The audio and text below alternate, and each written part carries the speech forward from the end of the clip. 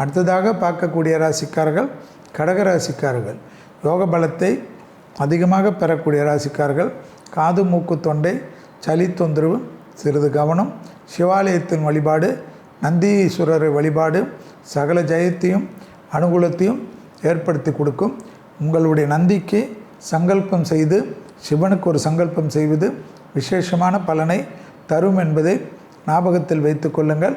கடகராசிக்காரர்களுக்கு தேவையில்லாத வார்த்தைகளை மட்டும் தவிர்த்து கொண்டால் பணவரவு அனுகூலம், பழைய கடன்கள் பைசல் செய்வது, மன அழுத்தம் தீர்வது, மரண பயம் நீங்குவது, தேக ஆரோக்கியத்தில் ரொம்ப நாள் பிரச்சனை கொடுத்திருந்த ஒரு தேக ஆரோக்கியத்திற்கு மருத்துவமனையில் சென்று அதை சரி செய்து விட்டு வரக்கூடிய அனுகூலமும் நம்பிக்கையும் பெரிய அளவுக்கு சந்தோஷத்தை ஏற்படுத்தி கொடுக்கும்.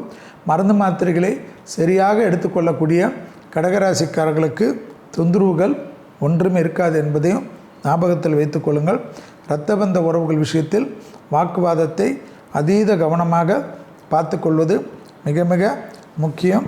கடகராசிக்காரர்களுக்கு புதன்கிழமை மதியம் 1 மணியிலிருந்து 2 மணிக்குள் சாப்பாடும் எலுமிச்சப்பழ ஊறுகாவும் தானம் கொடுத்து கொண்டே இருக்க வேண்டும். அடுத்த மே மாதம் வரை. இல்லை என்றால் பொருள் விரயம், பண விரயம், மன விரயமெல்லாம் ஏற்படும் என்பதை கடகராசிக்காரர்கள் ஞாபகத்தில் வைத்து கொள்ள வேண்டும். தொழில் அமைப்பில் அனுகூலங்கள் நிச்சயமாக ஏற்படும்.